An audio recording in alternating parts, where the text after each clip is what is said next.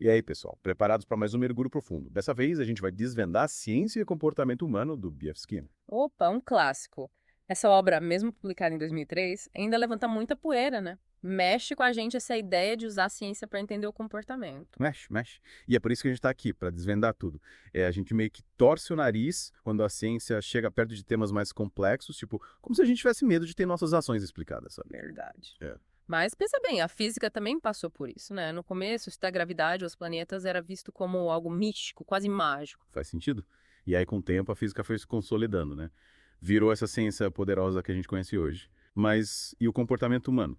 Será que a gente pode aplicar o mesmo método científico para entender as nossas ações? Essa é a grande questão que Skinner levanta no livro. E ele usa uma analogia interessante, a do submarino do Francesco Lana, lá do século XVII. Submarino no século XVII? Que doideira. Pois é, o Lana projetou essa máquina voadora, controlando variáveis de peso e tal, mas ela nunca saiu do papel. Na época, a ideia parecia absurda, tipo viajar debaixo d'água. Impossível. Mas hoje a gente sabe que não é, né? E o que isso tem a ver com o estudo do comportamento? A analogia é justamente essa, a resistência que a gente tem em aplicar a ciência em áreas complexas. Para muita gente, a ideia de uma ciência do comportamento ainda parece absurda, assim como o submarino de Lana parecia na época. Entendi. É como se a gente achasse que o comportamento humano é complexo demais, místico demais para ser explicado pela ciência, né? Isso mesmo. Mas Skinner argumenta que não, que a gente pode sim usar o método científico para entender o comportamento humano.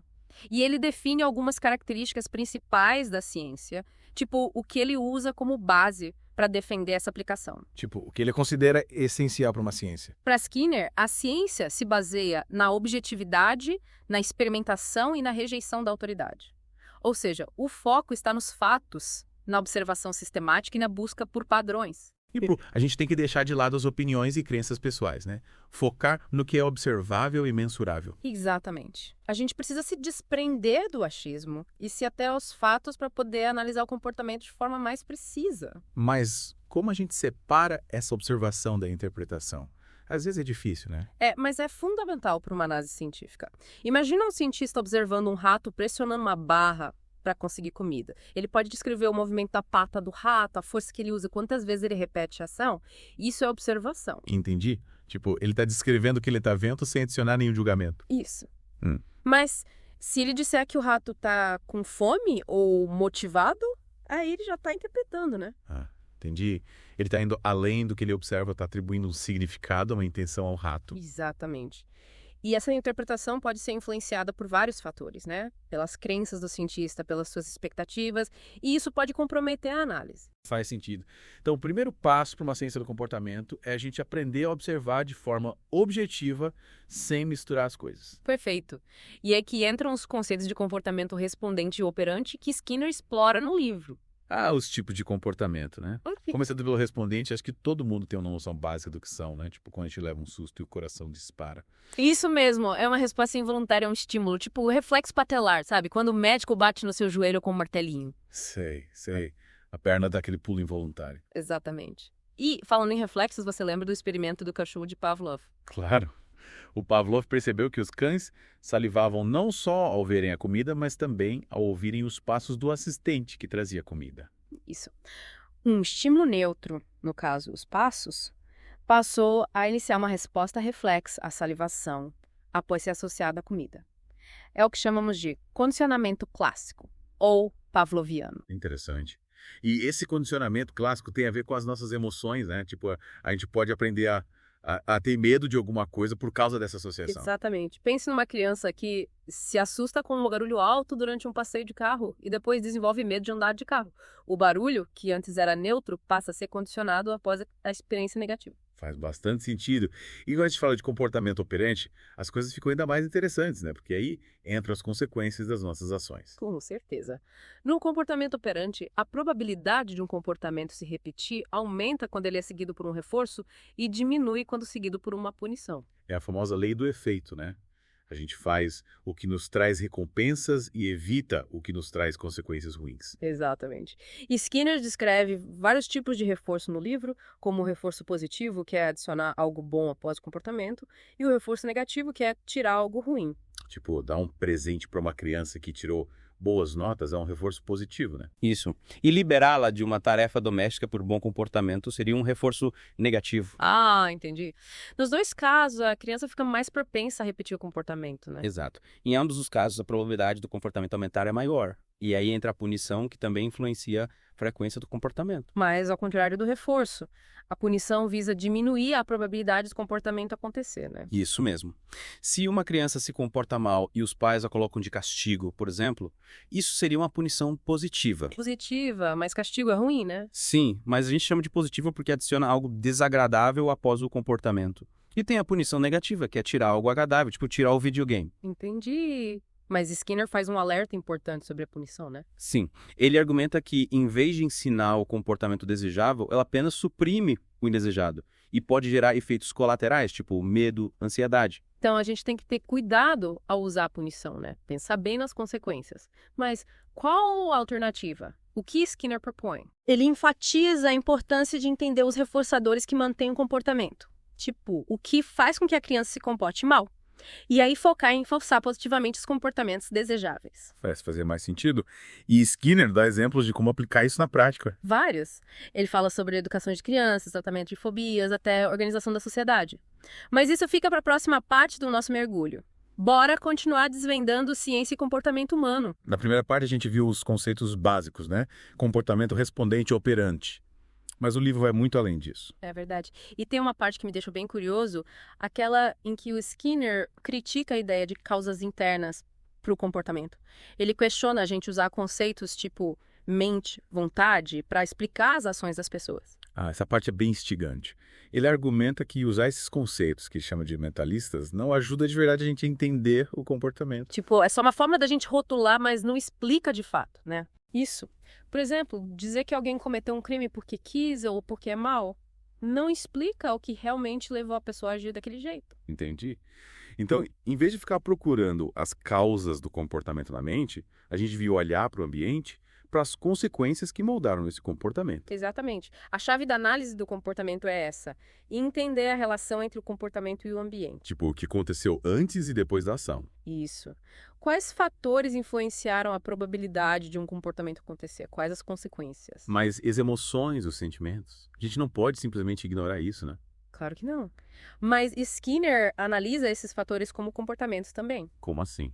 Por exemplo, a tristeza não é vista como a causa do choro, mas como um conjunto de respostas, tipo expressões faciais, postura corporal, que a gente aprendeu e que são aliciadas em certas situações. Nossa, essa perspectiva é bem diferente, né? Me faz pensar em outra coisa.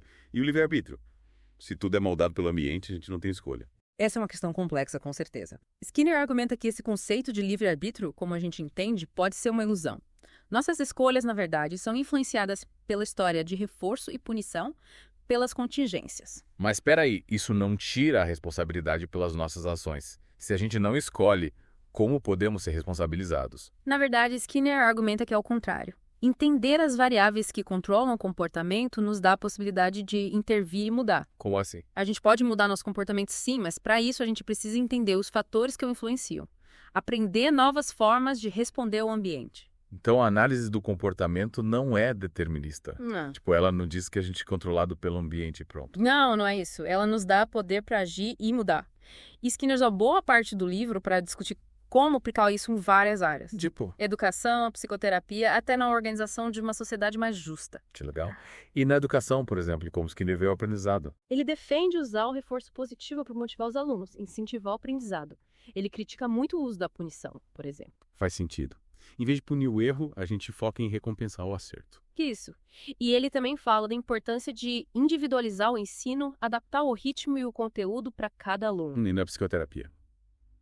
Como a análise do comportamento pode ajudar a tratar problemas emocionais. A terapia comportamental, que se baseia na análise do comportamento, pode ser muito eficaz para tratar fobias, ansiedade. Sério. Em vez de focar em buscar causas internas, a terapia comportamental foca em identificar os comportamentos problemáticos e os reforçadores que os mantêm, né? E aí, desenvolver estratégias para mudar esses comportamentos. A terapia comportamental se concentra em mudar o comportamento em si e não em tentar descobrir o que está por trás dele. Exatamente. E na organização da sociedade, Skinner também propõe aplicar a análise do comportamento. Tipo, como? Ele acredita que os princípios da análise do comportamento podem ajudar a criar uma sociedade mais justa, mais funcional. Ele defende usar o reforço positivo para promover comportamentos socialmente desejáveis. Quais comportamentos, por exemplo? Cooperação, empatia, sustentabilidade. Nossa, parece que as ideias de Skinner têm um alcance enorme, né? Vão desde a compreensão do indivíduo até a organização da sociedade. Total. Mas, claro, uma teoria tão inovadora como essa gerou controvérsias. Teve gente que criticou bastante. Normal, né? Yeah. Toda ideia nova causa um rebuliço. Quais foram as principais críticas?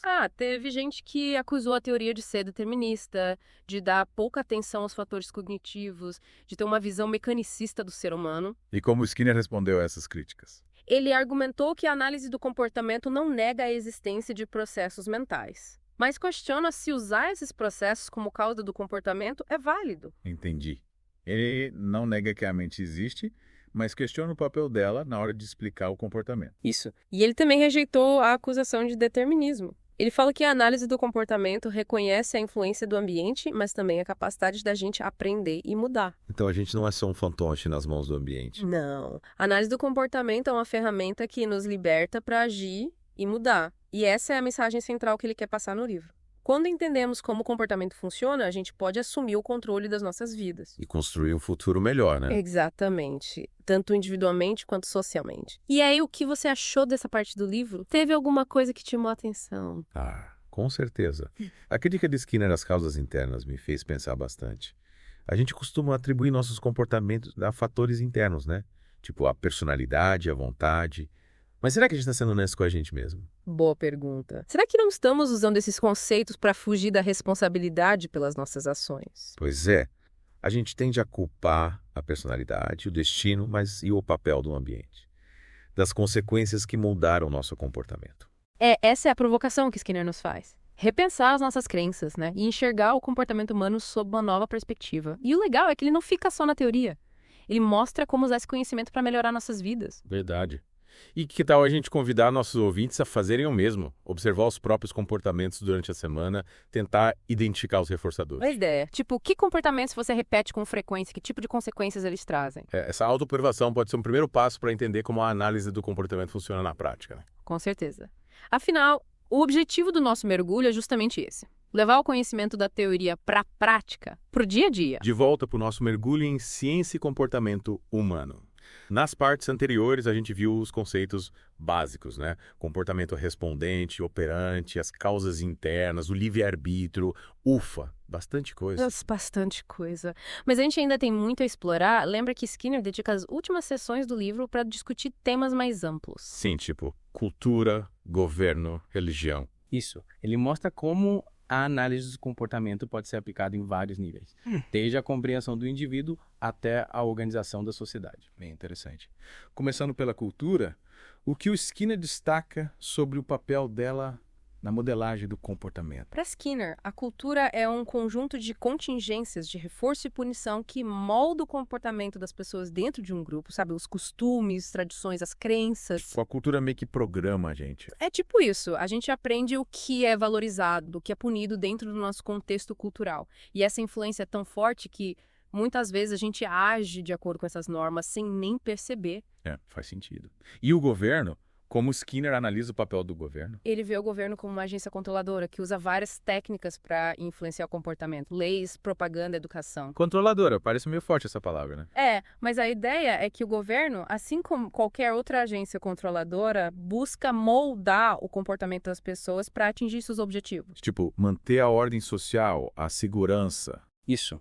Mas Skinner se preocupa com as implicações éticas disso, né? Ele alerta para os perigos do autoritarismo, da manipulação. O governo usar técnicas para controlar o comportamento pode ser meio problemático, né? Com certeza. Para Skinner, uma sociedade justa tem que se basear em princípios de liberdade e de respeito à dignidade humana. Concordo. E a religião? Como ele analisa o papel dela? Ele argumenta que a religião, assim como o governo, a cultura também é uma agência controladora. Ela usa reforçadores e punições para influenciar o comportamento. Tipo, promessas de paraíso, as ameaças de inferno. Isso. Esses reforçadores e punições moldam o comportamento, né? Levam as pessoas a seguirem os preceitos religiosos.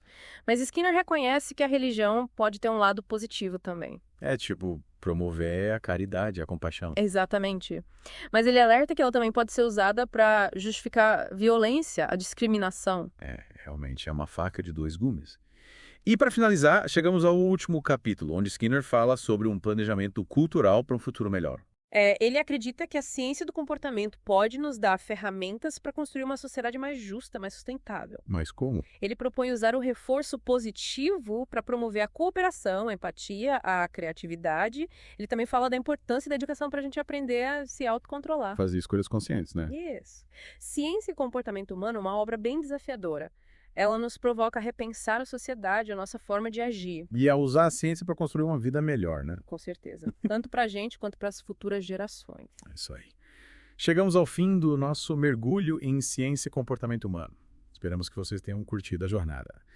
E que as ideias de Skinner inspirem vocês a buscar uma compreensão mais profunda do comportamento humano. A gente se vê no próximo mergulho no The Deep Dive.